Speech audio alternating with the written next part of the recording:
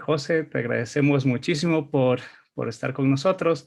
Él nos ha preparado pues una presentación que básicamente será un recorrido desde los inicios de la figura mítica que se ha vuelto pues, el Rey de Amarillo, partiendo desde Beers hasta Derleth, y pues creo que va a ser un viaje muy interesante para todos y para ir descubriendo cómo ha tenido esta metamorfosis y pues se ha vuelto un mito perenne en la literatura de lo extraño. Entonces, José, mil gracias por estar aquí y pues adelante. Nada, lo quiero daros las gracias a vosotros, gracias por invitarme y bueno, por esta oportunidad, ¿no? de hablar de, como tú bien comentas, un verdadero mito de la literatura extraña y de lo preternatural. Así pues, lo primero que voy a hacer es poner una mini presentación que tengo por aquí. Si aquí no, a ver.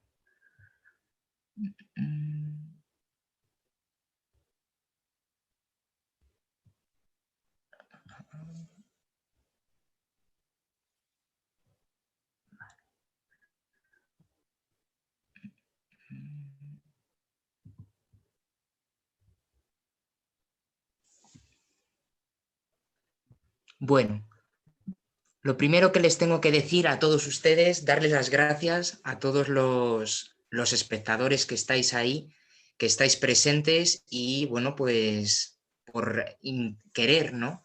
Querer conocer un poquito más, querer saber un poquito más sobre la figura de Chambers y sobre todo de su mayor creación, que es ese volumen que todos conocemos como El Rey de Amarillo.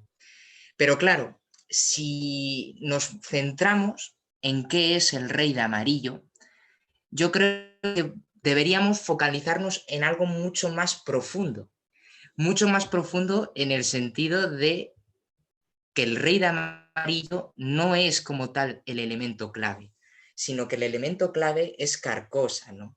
Y entonces lo que tenemos aquí es un clarísimo ejemplo, como lo han comentado los compañeros de la anterior charla, un clarísimo ejemplo de metaliteratura, de cómo diferentes autores en distintos momentos y a través de notas, de menciones, de aspectos fragmentarios, van consolidando una mitología única, una mitología que por su característica, digamos, hermética, brumosa y onírica, da lugar a un tipo de inmersión para el lector única e increíble, ¿no? Sobre todo por ese deseo, ese afán de intentar seguir el recorrido de toda esta mitología, la cual me gustaría a mí denominarla como tal, como los mitos de amarillo, ¿no? Démosle verdaderamente un nombre, el de los mitos de amarillo, y vamos a ver, por supuesto, ese recorrido, ¿no? Cómo se fue forjando todo y, por supuesto, cómo ha habido muchos autores que han aportado algo a este universo, ¿no? A esta mitología propia, mitología creativa. Y por lo tanto, tenemos que hablar de los principales forjadores de esa Carcosa, de esa ciudad en ruinas, que son, en primer lugar, cuatro, solamente cuatro.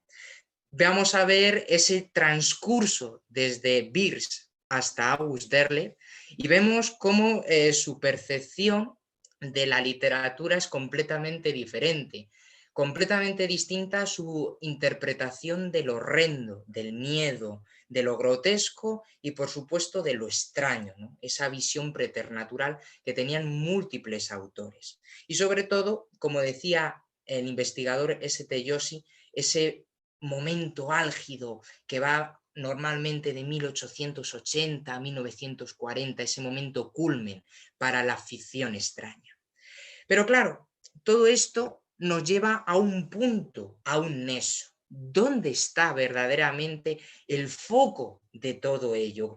Verdaderamente es Carcosa, verdaderamente es esa ciudad que en primer lugar expondrá Ambrose Bierce y que siempre tendrá un juego, un papel, una interpretación, dando lugar a la creación de una serie de elementos, de aspectos, de mitología que va evolucionando, que se va perfeccionando, pero por supuesto, y ojo, todos los que estamos aquí reunidos tenemos que tener en cuenta que podemos reflexionar, ya que vamos a ver diferentes variedades de mitología dentro de esos mitos de amarillo y cada uno puede elegir o seleccionar cuál es su interpretación de toda esta vasta cantidad de metaliteratura que prefiere, que desea y que por supuesto cada uno aporte su perspectiva.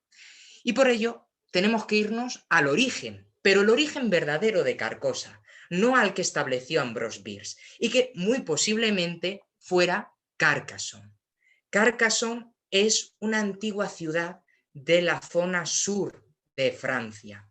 Posiblemente Ambrose Bierce, a la hora de forjar, de crear ese concepto de ciudad, esa Carcosa como él denominaba, se centró en gran medida en Carcassonne.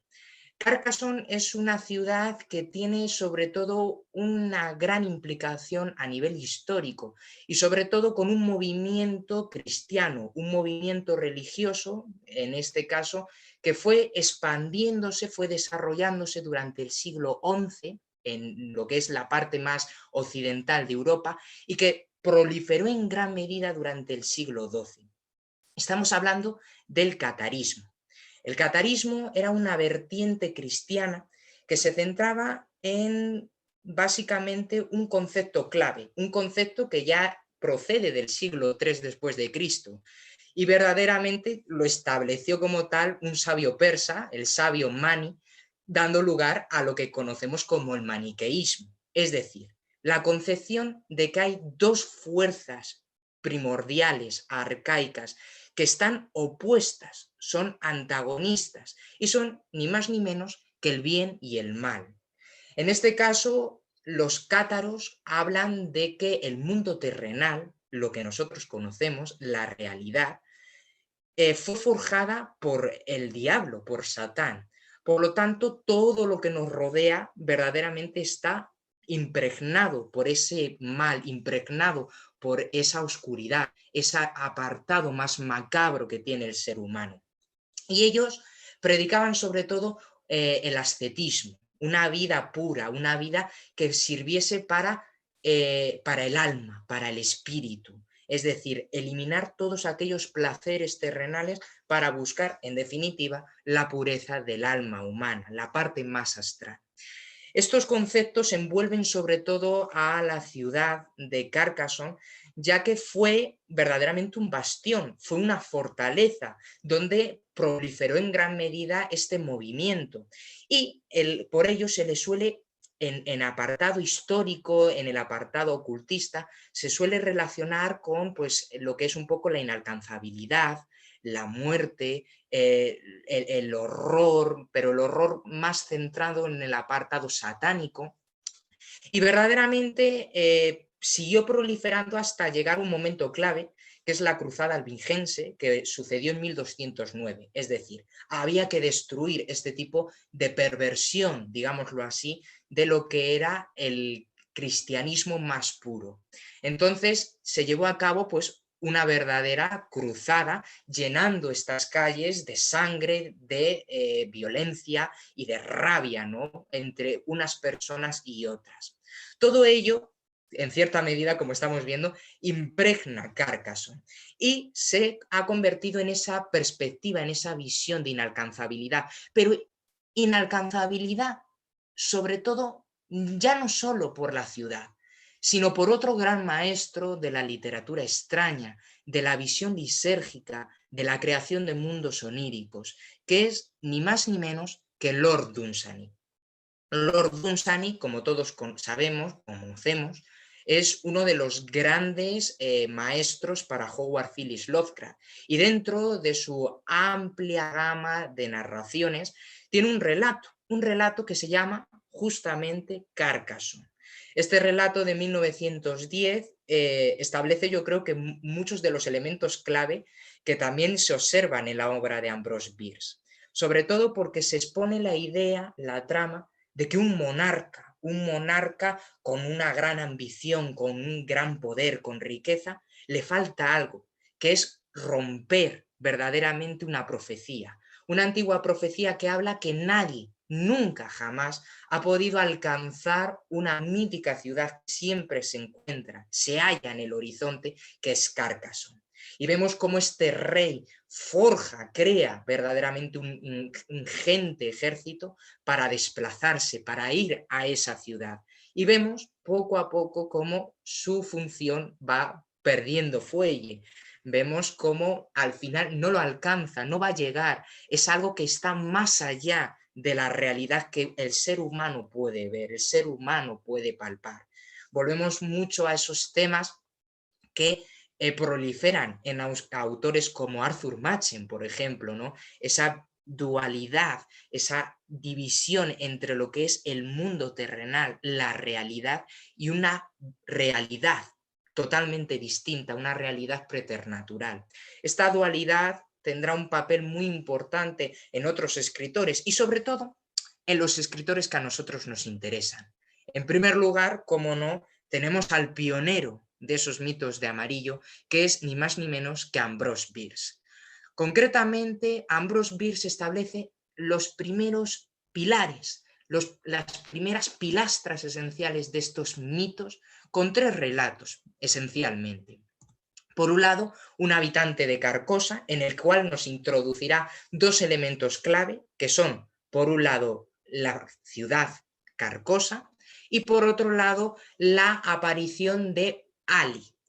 Ali se definirá en verdad como una especie de filósofo que transmite una variedad, una clase de doctrina filosófica. Veremos que el concepto o el término de Ali tendrá un gran papel más adelante, pero si seguimos continuando con este sendero, hablamos de otro relato que es Aíta el pastor, ¿no? Este relato, sobre todo, tiene su valor, su importancia, porque introduce el concepto de Astur. Astur, veremos más adelante que tendrá también un papel sumamente relevante en la obra de Howard Phillips Lovecraft y también de August Derleth. Y no nos podemos olvidar de uno de los relatos que, según el propio maestro de Providence, Lovecraft, tenía un valor a nivel literario impresionante, sobre todo por cómo se juega con la atmósfera y que vuelve a introducirnos la figura del filósofo Ali.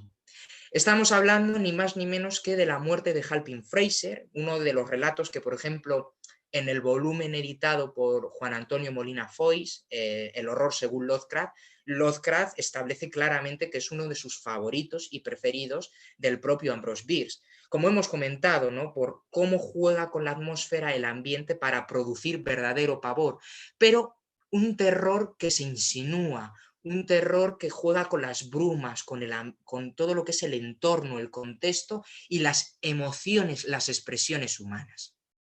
Con todo ello, tenemos que ahondar en 2 concretamente. Un habitante de Carcosa, como hemos dicho, es el relato que sirve y da pie a la creación de la ciudad de Carcosa, pero verdaderamente a mí me gustaría centrarme un poquito más en sus verdaderos orígenes. Es decir, ya hemos hablado de Carcassonne, pero también cómo surge la trama de un habitante de Carcosa. Y surge ni más ni menos que de un sueño que tiene el propio Ambrose Bierce, el cual, según él, y lo establece claramente en su ensayo Visiones de la noche, establece que él, mientras dormía, sintió como que su cuerpo se desplazaba, su cuerpo se trasladaba y se encontraba en una especie de páramo. Un páramo yermo, un páramo desolado, en el que sentía, percibía cómo el universo estaba muriéndose, estaba destruyéndose, donde el caos reinaba. Y dentro de todo ese entorno de caos, de entropía, ve cómo hay un punto, un núcleo, que es una ciudad. Una ciudad que parece que está desolada, una ciudad que parece que está en ruinas. Y él se desplaza ahí como si vagara como un espíritu. Y vemos cómo cuando llega a esa ciudad se encontrará con un cadáver, un despojo de un ser humano que al acercarse verá claramente que es ni más ni menos que él, el propio Ambrose Bierce. Y veremos cómo en el momento álgido de su sueño, ese ser putrefacto abre los ojos y le habla. En cierta medida, no es como tal el relato Un habitante de Carcosa, pero si hacemos un poquito de correlación, la temática y la forma en la que se ejecuta ese relato es casi parecida, es casi idéntica. Y, por supuesto, introduce esa ciudad que tanto nos interesa a nosotros, que es Carcosa, ¿no? Que será el epicentro de esta mitología, pero también introduce otro concepto esencial que es Ali.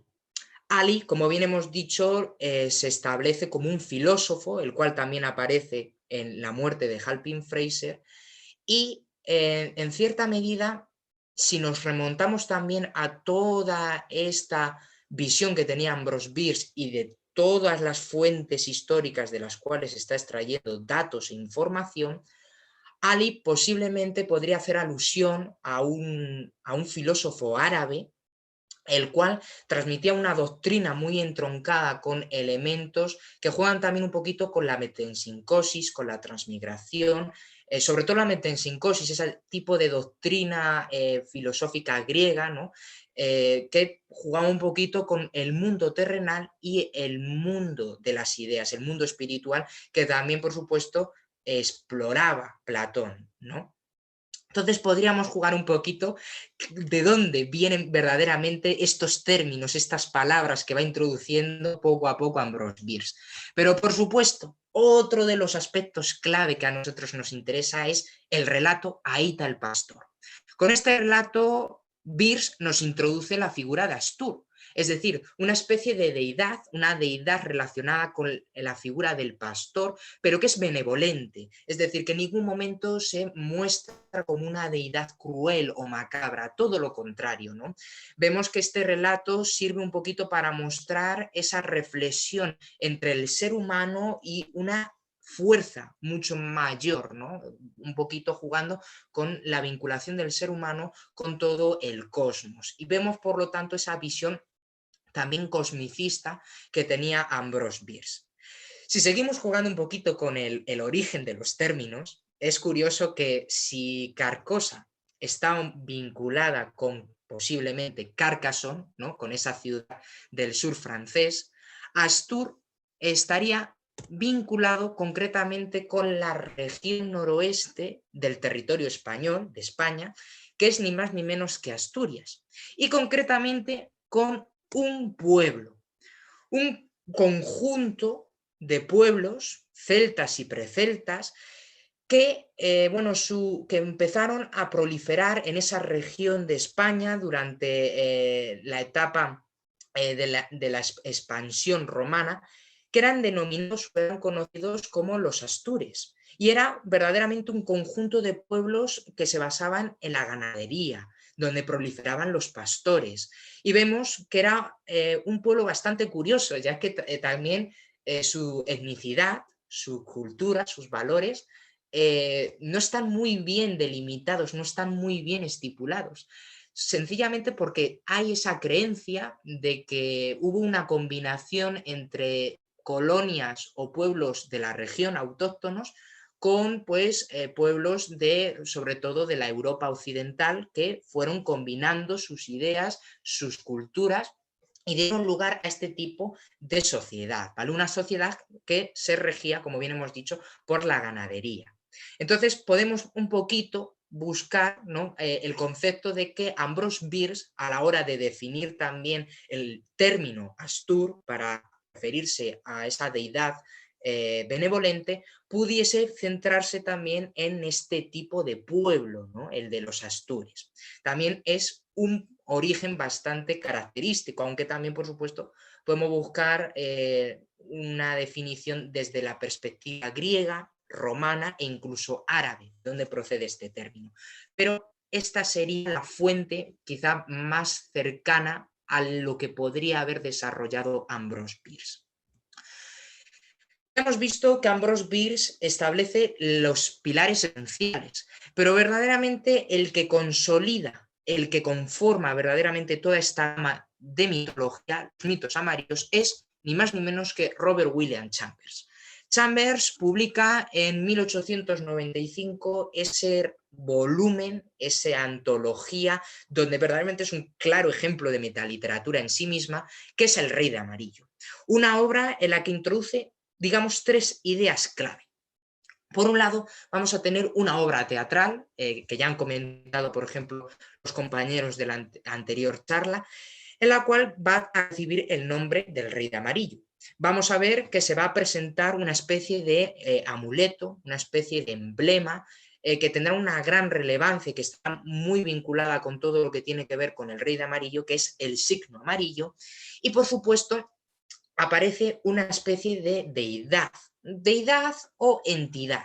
Una entidad, en este caso malévola, de carácter macabro y preternatural, que recibirá también el nombre alusivo del Rey de Amarillo, la cual es capaz de insuflar, en este caso, vida, podríamos decirlo así, insuflar vida a cadáveres, es decir, a elementos, organismos vivos inanimados, y de esta forma aportarles otra vez esa capacidad de desplazamiento, de corporeidad y, por supuesto, de movimiento.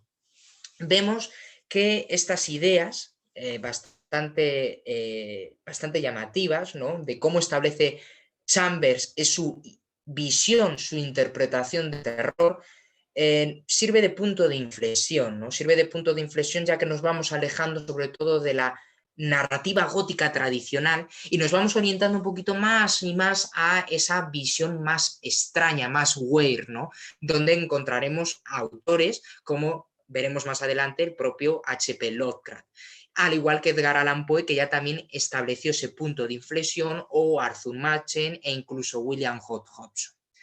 Un detalle característico, también como podríamos decir anecdótico para quien quiera profundizar un poquito más en toda esta cosmovisión, es que Chambers, en esa obra del Rey de Amarillo, a través de relatos pues como el signo amarillo, o tenemos también el reparador de reputaciones, juega mucho con la idea también de la visión dual de la realidad, entre una visión astral, una visión más onírica, más del mundo del pensamiento, de todo aquello que no se ve, de todo aquello que no se aprecia, y por supuesto lo terrenal, donde nos encontramos nosotros.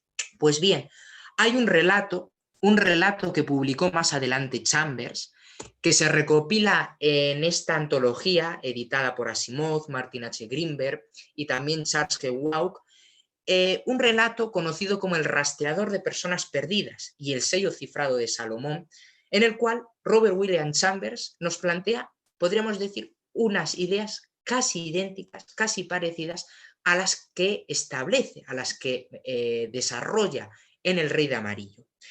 Vemos sobre todo que se juega mucho con la transmigración, con la metempsicosis, que le gustaba también mucho a Arthur Killer Coach, ¿no?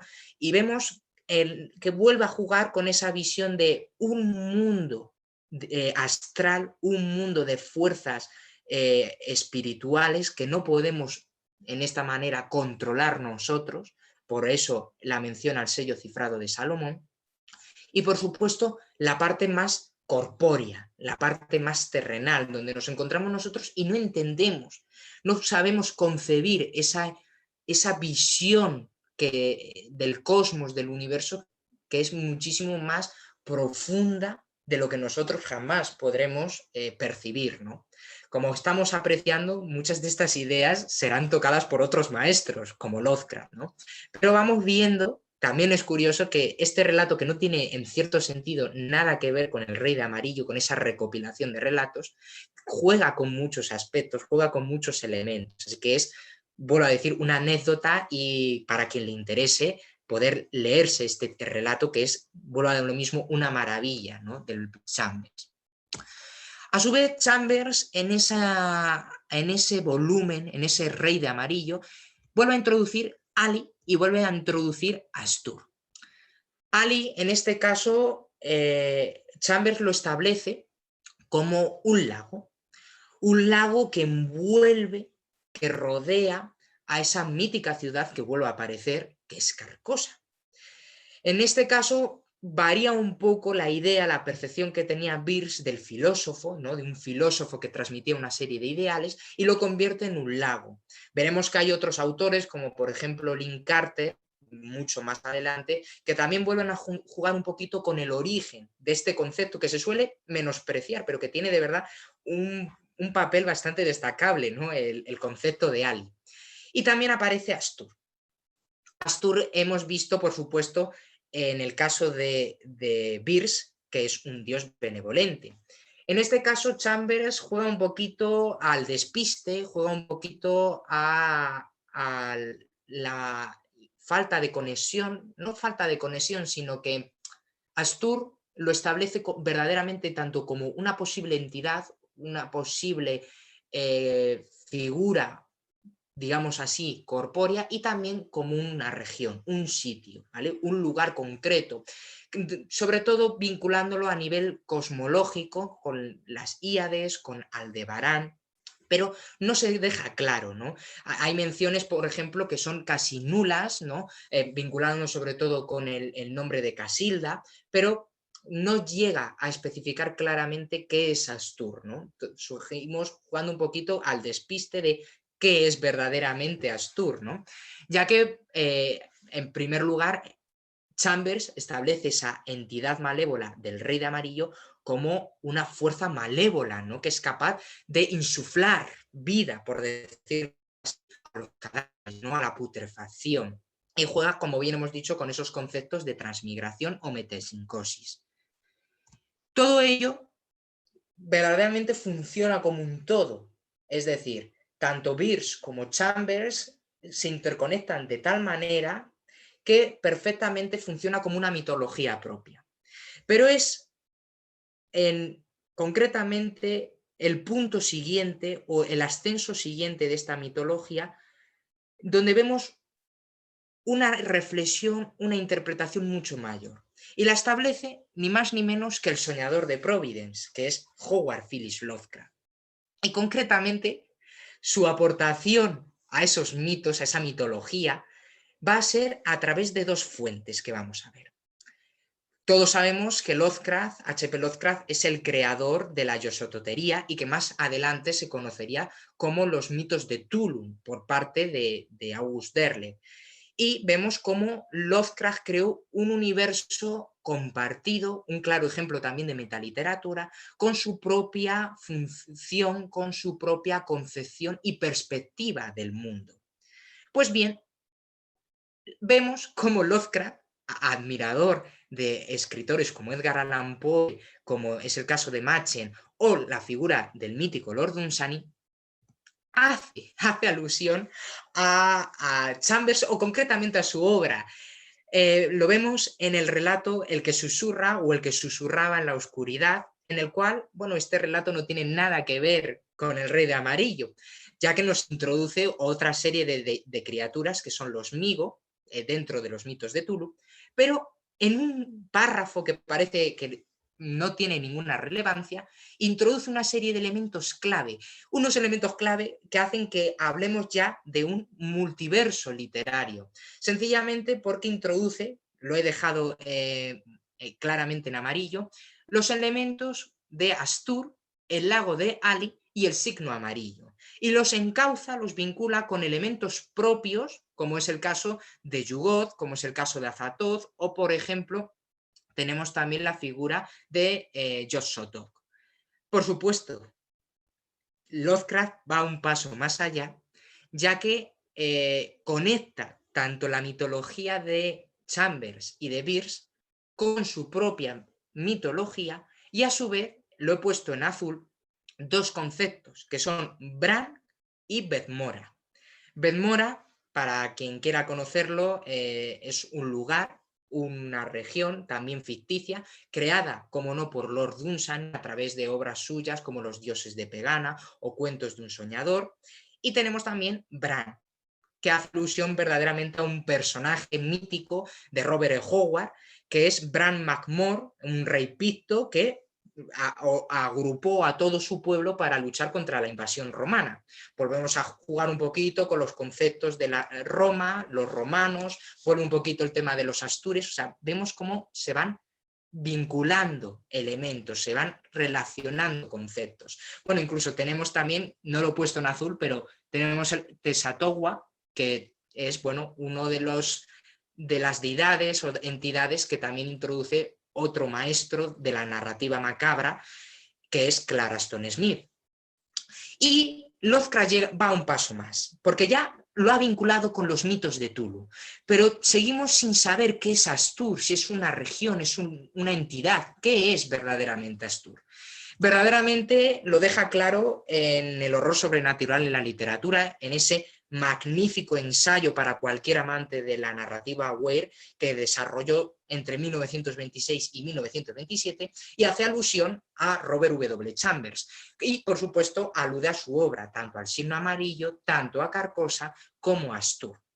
Y en este caso, Lovecraft deja más claro o define, perfila un poquito más que hablamos de una deidad, que hablamos verdaderamente de un ser, ¿no? Una especie de entidad que volveríamos a encauzarla, a relacionarla con esa deidad que tocaba un poquito a Ambrose Bierce. Pero ojo, en este caso no es benevolente, estamos orientándola a esa visión cosmicista que tenía Lovecraft y por supuesto a su miedo cósmico, ¿no?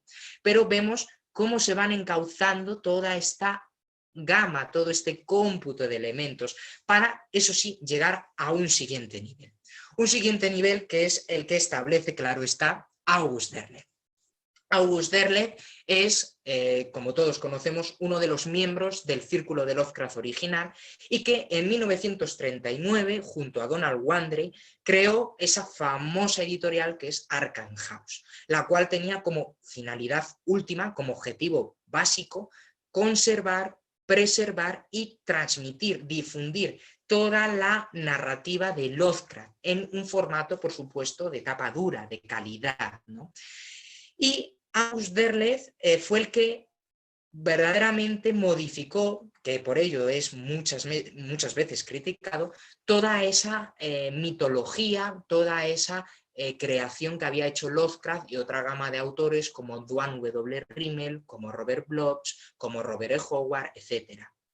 Y creo lo que nosotros conocemos hoy en día, que es los mitos de Tulu, pero con su perspectiva, que si nos centramos ahora con lo que hemos hablado anteriormente del catarismo, Derleth juega con las ideas, los principios del maniqueísmo, del sabio persa Mani. Es decir, volvemos a ver que hay dos fuerzas elementales completamente opuestas, antagónicas, una que representa el bien y una que representa el mal. Por un lado tenemos a esos dioses arquetípicos y por otro lado tenemos a esos dioses exteriores junto con los primigenios, ¿no?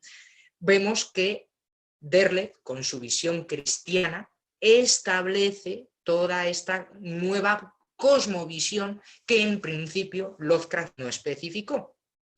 Pero Derleth, siguiendo con esos mitos de amarillo, introdujo una serie de variantes en cuanto al rey de amarillo y en cuanto a Astur. Derleth es el que vincula en gran medida el rey de amarillo con Astur, estableciendo que el rey de amarillo es una fuerza cósmica elemental que se vincula sobre todo con los vientos estelares, con los vientos cósmicos y que es capaz de insuflar vida a los muertos, a los cadáveres, a lo que está putrefacto. Y uno de sus principales avatares de ese rey de amarillo es ni más ni menos que, Astur, ¿no? Vemos que Astur actúa como criatura, como deidad primigenia y se personifica también como el rey de amarillo y viceversa, ¿no? Jugaríamos un poquito también como Nyarlathotep, ¿no? Donde veíamos un poquito que era el dios o la deidad de los 1000 rostros. Pues vemos que Astur, ¿vale?, tiene como avatar lo que es el rey de amarillo.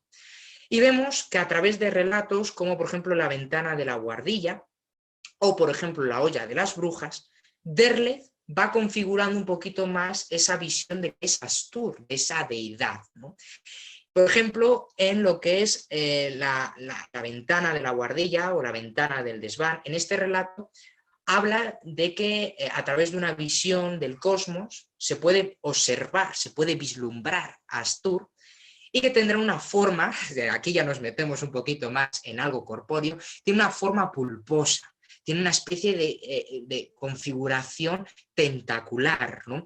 A pesar de que tiene muchos de los elementos característicos de ese rey de amarillo, con la túnica amarilla, con la máscara pálida, ya nos metemos un poquito más de lleno en lo que son los mitos de Tulu, ¿no? Nos alejamos un poquito de la visión de Chambers y nos metemos un poquito más en toda esa visión de deidades amorfas que tanto proliferaban en el círculo de Lovecraft. Y por supuesto, Derleth hará alusión a Astur en otros relatos, como por ejemplo La olla de las brujas, ¿no? E incluso aquí es donde nos interesa mucho más, es en este relato, El regreso de Astur. El regreso de Astur es un relato que forma parte del volumen La máscara de Tulu, una antología de relatos de Derleth sobre los mitos de Tulu, el cual nos introduce algo mucho más profundo sobre qué es Astur y su vinculación con el Rey de Amarillo, que es una teoría.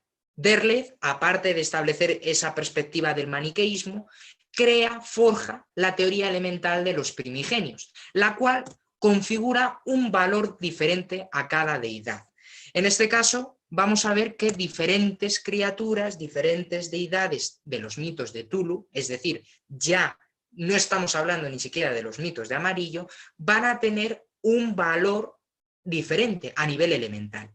A su vez, Derleth rompe, fragmenta la contraposición, o sea, la oposición de los elementos, las fuerzas elementales, es decir, el fuego con el agua o el viento con la tierra. Bueno, pues Derleth rompe eso y dice, no, aquí va a haber una oposición entre lo que es el viento y el agua, y por otro lado tenemos la oposición entre lo que es el fuego y la tierra.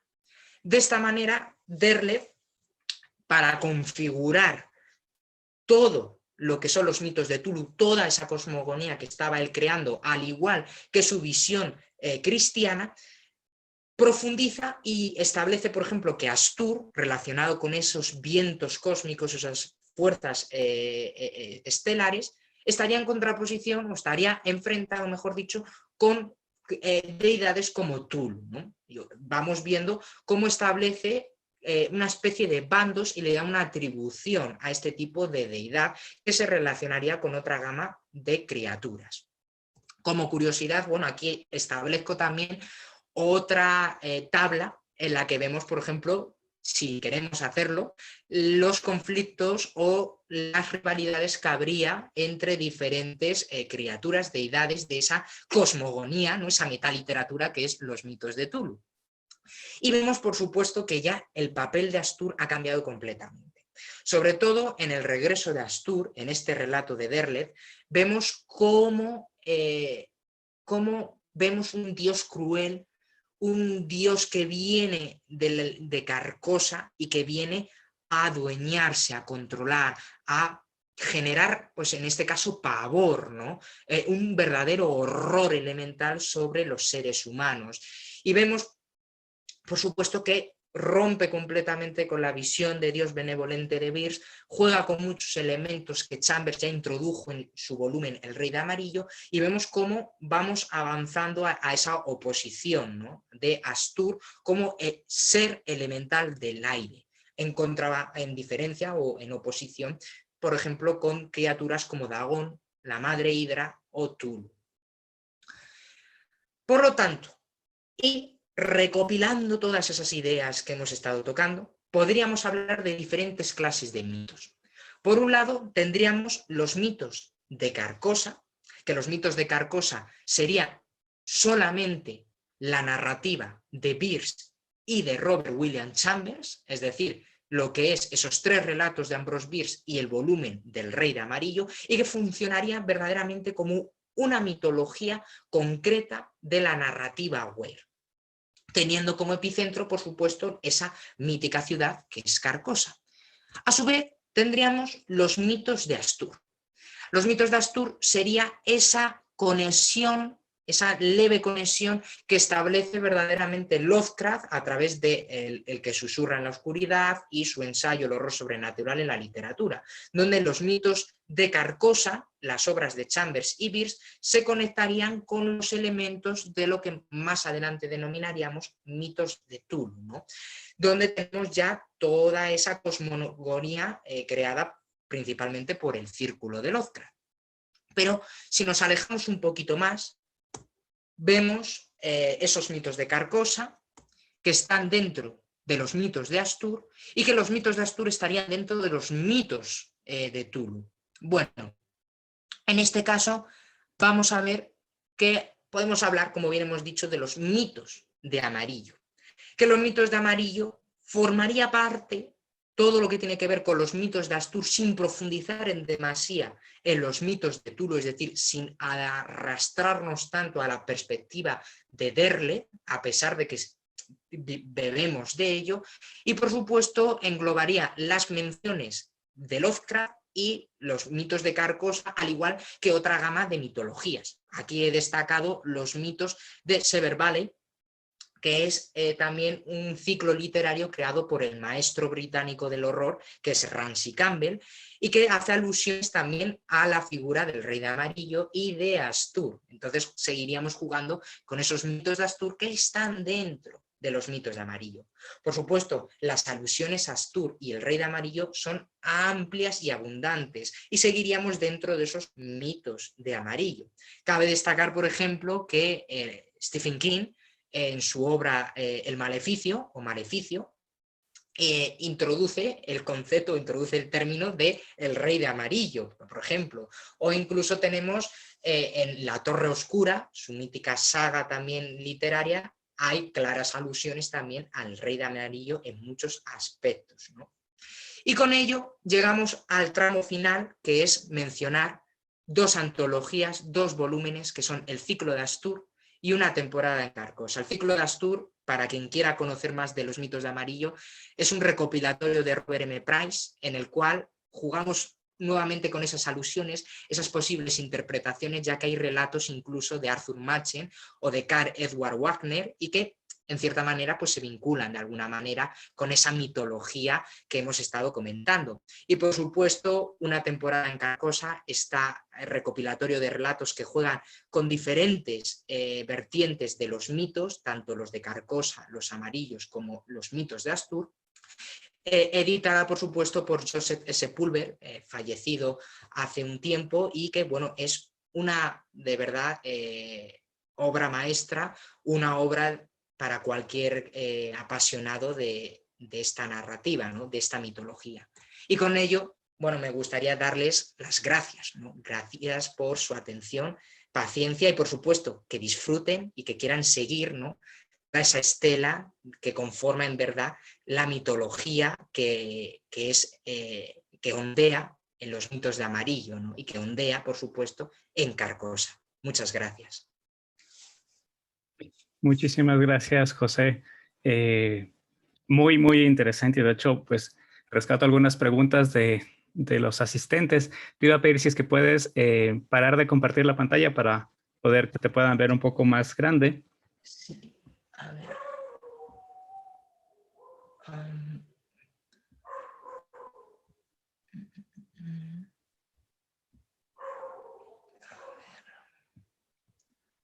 Sí, a ver, si sé, espérate, que sepa hacerlo. No te preocupes, siempre son pequeños detalles de en directo.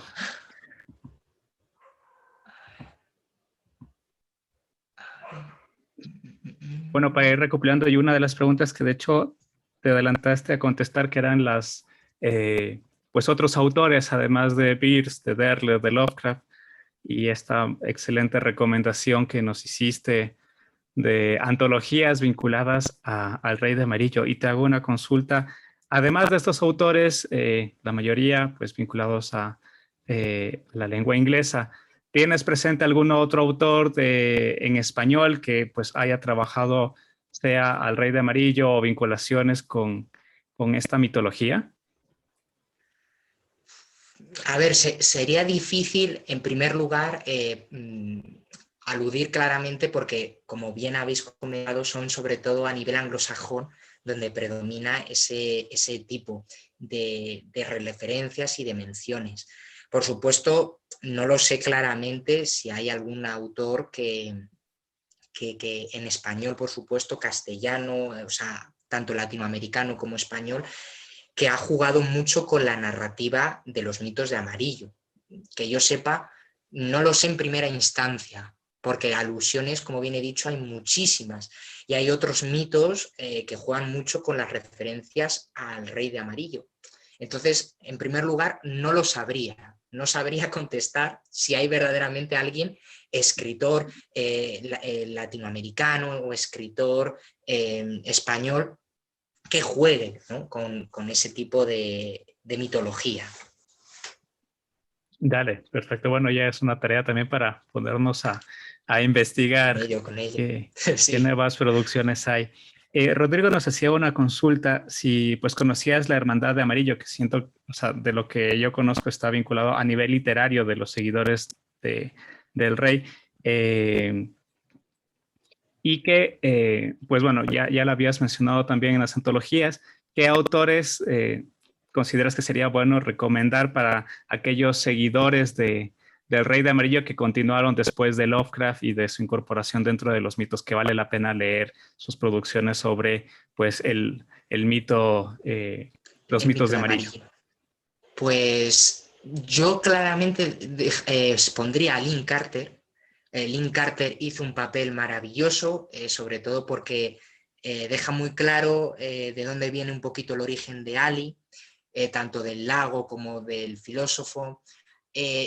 También establece también sus variedades en cuanto a lo que establecía Derle de la teoría elemental de los primigenios y todo el concepto de Astur. O sea, yo pondría claramente, después de Derle, quien quiera seguir un poquito esa estela de los mitos de Amarillo, Lynn Carter, y si hay posibilidad, leer a Karl Edward Wagner.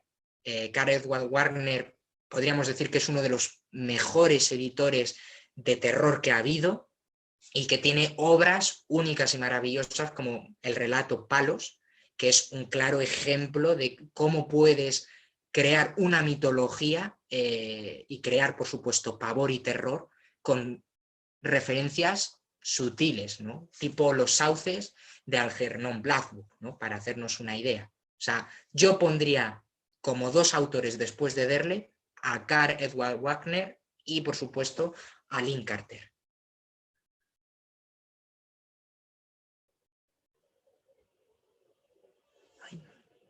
No se te oye, Ricardo. Tienes micrófono abierto. No se te Perdón, oye. disculpa. Juan nos preguntaba si tú conocías algún otro autor, además de Bierce, que haya hecho menciones anteriores a Carcosa. Como tal, no. Como tal, no, porque vuelvo mismo, el concepto de Carcosa lo define como tal Ambrose Bierce. Lo único que he encontrado era lo que hemos comentado de la ciudad de Carcassonne. Pues sobre todo hay varios investigadores que están profundizando un poquito del camino hacia Astur, ¿no? De dónde salen estos términos, de dónde proceden, porque la única referencia que he encontrado previa al concepto de Carcosa, de dónde venía el concepto de Carcosa, es Carcassonne, no es el concepto también relacionado con una ciudad, o sea, que el que establece como tal esa palabra, Carcosa, es Ambrose Bierce. Yo lo único que he encontrado es Carcassonne, no sé si habrá, por supuesto, algo más previo, más antiguo, ya ahí también me pilláis, no sé si hay algún, pero el que establece como tal, para que no nos liemos, el concepto es Ambrose Bierce. Excelente. Y siguiendo con la línea de Ambrose Bierce, si bien pues hay diferentes autores que han trabajado al Rey de Amarillo y Carcosa, Eduardo nos preguntaba cuál es la principal peculiaridad de la descripción de cómo crea las atmósferas Ambrose Bierce en relación a los otros autores que también pues continúan el mito. Bueno, sobre todo, a mí lo que me gusta es que quien pueda, o sea, quien quiera de verdad seguir hacer una especie de guía de lectura o una especie de club de lectura de todos los mitos de Amarillo, va a ver que hay una clara diferencia entre la visión de Ambrose Bierce y su forma de describir. Ambrose Bierce tiene una forma de expresar que juega mucho también con la descripción, el ambiente, las pausas, y muchas veces juega con la poesía, podríamos decirlo así.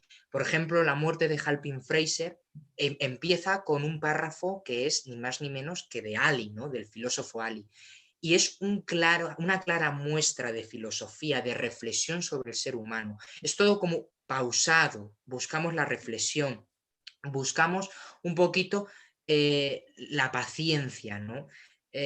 No tiene nada que ver, por ejemplo, con Derleth. Derleth es mucho más acelerado, busca mucho esa visión del miedo cósmico y alcanzarlo directamente.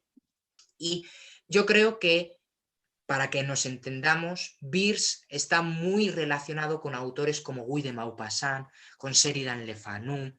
Son autores que juegan mucho con la descripción, las pausas, y que por eso va haciendo que, increciendo, lo enigmático, lo extraño, lo preternatural vaya emanando. O sea, no tiene nada que ver con la visión que tiene sobre todo Derleth.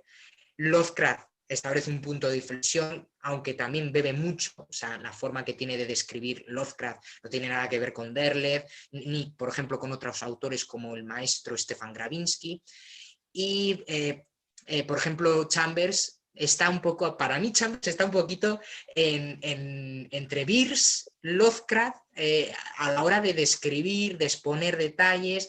Tiene muchos momentos en los que acelera acción, que no es algo muy cotidiano también de Bierce. O sea, está ahí como en punto de transición entre uno y otro, ¿no? Pero Bierce es, para que nos entendamos, un tipo de terror muy filosófico, muy ontológico, a pesar de que bebe mucho de, pues eso, Sheridan Le Fanu, de Eta Hoffman, podríamos decirlo también, o Guy de Maupassant. Excelente. Y bueno, como para ir cerrando, dos consultas. Bueno, nos preguntaban dónde pueden encontrar tus trabajos. Sé que también escribes para la revista El Círculo de Lovecraft, que tienes ensayos, entonces conocer dónde pueden encontrar tus textos y pues que nos hables también dónde podemos encontrar El Círculo de Lovecraft, a través de qué redes y qué podemos encontrar de ustedes. Bueno, pues Círculo de Lovecraft es básicamente una revista online, una plataforma web que actúa básicamente como pues eso, una revista que intenta profundizar sobre todo en la narrativa de lo macabro y lo weird, ¿no? Publicando artículos, relatos tanto de escritores más clásicos como por supuesto nuevas voces y autores actuales de gran relevancia. En Facebook, en Twitter, incluso en la página web que tenemos, se puede acceder a estas revistas online que son completamente gratuitas, ¿no? De libre acceso, para que todo el mundo disfrute y juguemos un poquito con esa idea del círculo, ¿no? De que todos aprendemos de todos.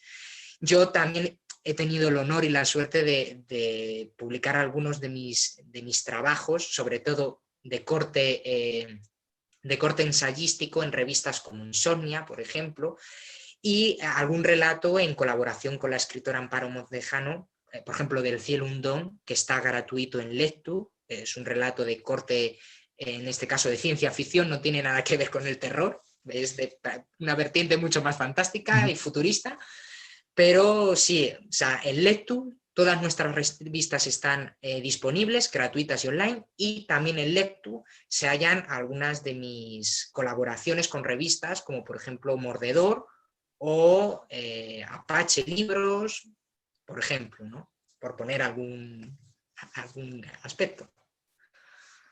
Perfecto. Pues José, te agradecemos muchísimo. Ha sido un pendiente desde hace un buen tiempo que hemos conversado y ahora tenerte en este evento pues realmente nos llena de gusto y sobre todo creo que pues permite pues fortalecer los lazos de esta comunidad que está de uno y el otro lado del charco. Así que pues muchísimas gracias por acompañarnos. Pues te invitamos a que te puedas quedar también dentro de los panelistas para las siguientes charlas. Por Y supuesto, por supuesto. como en la charla anterior, vamos a poner la cortinilla para preparar la siguiente charla. Así que pues les invitamos a que nos esperen un momento más y en 4 minutos regresamos con la charla magistral de la mañana.